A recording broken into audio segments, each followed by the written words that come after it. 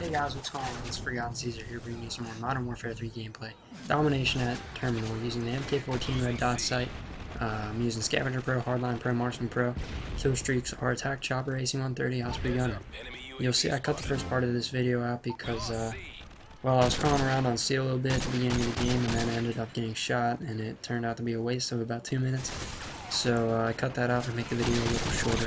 But anyway, I don't know if you guys know, or I mentioned this in any of my prior videos, but I'm a big history guy. I love history, military history in particular, and I've decided to incorporate a little bit of that into my videos. So I had this idea that once or twice a week, depending on how popular this is, I would do a This Day in History video where I would just kind of go over a couple events that happened on this day in history. And so without further ado, by the way, I'm no history expert, so, you know, I'm not a professor or anything. These are just some facts of events that happened today. So anyway, on this day on February 19th, 1945, the U.S. Marines began their invasion of Iwo Jima. Iwo Jima is the barren island in the Pacific that proved the most difficult to take for the Americans.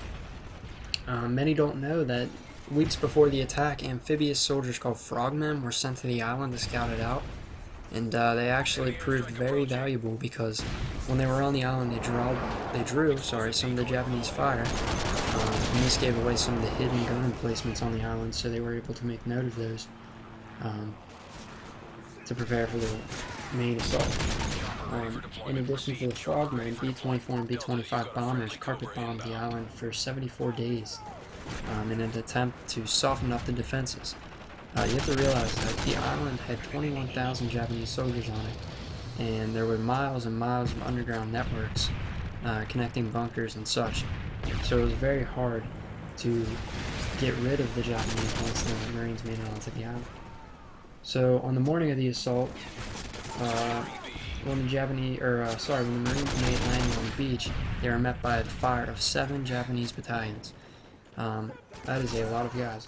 550 Marines died in the initial assault, and 100 more were wounded. 4 days later, the highest point on the mountain, Mount Suribachi, was captured.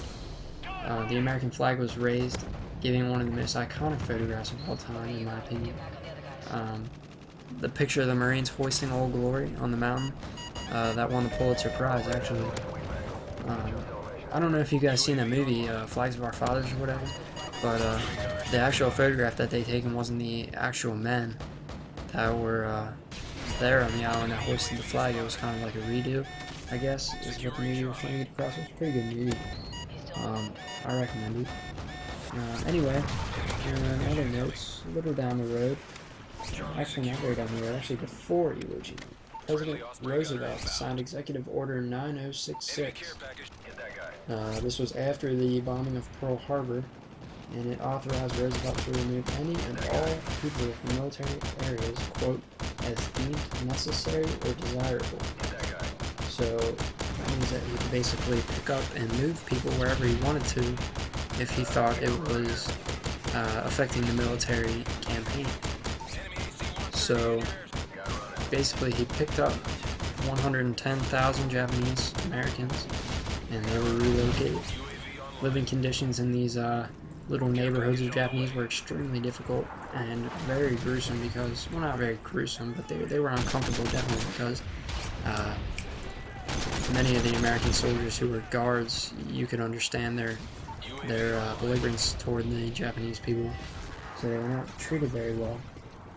Anyway, actually during the war, 10 Americans were caught spying for the Japanese, but guess what? 0 of these spies came from Japanese ancestry. So, were they really to blame? I mean, I guess it'd be kind of easy to assume that Japanese people were the enemy during World War II. I'm sure that was a scary time. And we kind of went through something similar, you know, after 9/11 with Islamic people and stuff. It's very hard to look past, you know, that racial barrier that we face, even after catastrophic events like Pearl Harbor and 9/11, you know.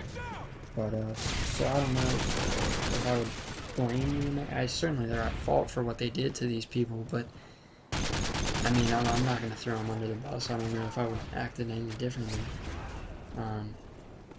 Anyway, so a little down the road, in 1988, Ronald Reagan gave the families a $20,000 tax-free check as an apology from the United States of America. So you say money can't buy forgiveness. Well, I guess it certainly worked for some of those families, but I'm sure that, you know, as time went on, the Japanese families kind of understood that, you know, it was times of war, and it was difficult times for the Americans. So, I mean, maybe they could understand, I don't know, move past that, but, you know, put yourself in their shoes. Could you move past your families, your grandparents being picked up and moved and treated like dirt? Without reason, really, only because you're Japanese. Would you forgive the United States for what they did? Or, I mean, $20,000 is a lot of money. You know, I don't know. I don't think I would be completely satisfied.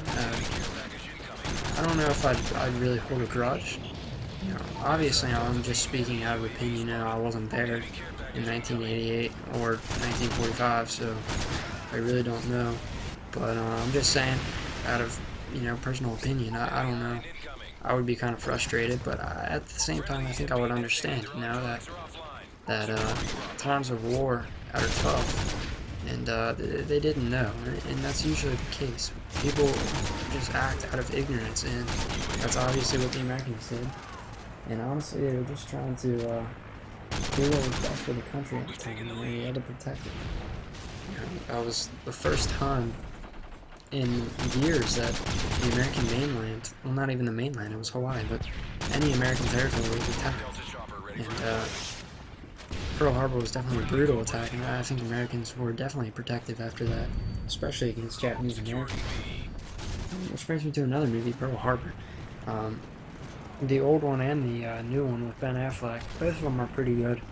The one with Ben Affleck is kind of more of a romance, which I like, you know, it's a very good movie, but I think if you're going for more of the historical context kind of, you should go for the older one. But, yeah, the new one is very good. Kind of long, but very good love triangle going on there, but I don't want to give anything away, really. So, you know, just watching this video, what would you guys do, you know? In either of those situations, if you were displaced or if you were offered a grant for forgiveness as an apology, would you take it? And would you forgive the United States for what they did? But that's pretty much it. So I'm thinking of doing this every week here on my channel in some of my videos, but depending on how popular it is, I'm not going to jam it down anybody's throats if people don't want to see it. I can definitely post a link to one of the history pages where I get the most of the this day in history events. But after that, I pretty much just go on Google and research them myself. But I'm sure they have information on them. So let me know what you guys think. I think it's pretty interesting, but obviously if no one likes it, then I'm not just going to keep doing it. Also, come Thursday, you can be expecting a Throwback Thursday video. Yes, a Throwback Thursday video. This will probably be a Modern Warfare 2 or even a Call of Duty 5 gameplay. Kind of reminisce in the old days. I could probably even dig up Call of Duty 4. That'd be really throwing it back. But you know, I think that'd be fun. I enjoy playing the older games a lot, and you know, I'm sure there's some people out there that miss seeing those gameplays, because that was a much simpler type of Call of Duty, especially Call of Duty 5, Call of Duty 4, you know. Not as diverse, or, you know, it was pretty set in stone what you could do, except for classes, you know, kill streaks and stuff. It was pretty, camos weren't that diverse, and, you know, it was pretty hard to get gold guns back in Call of Duty 4. But anyway, look out for one of those videos come Thursday, and thanks for watching, guys.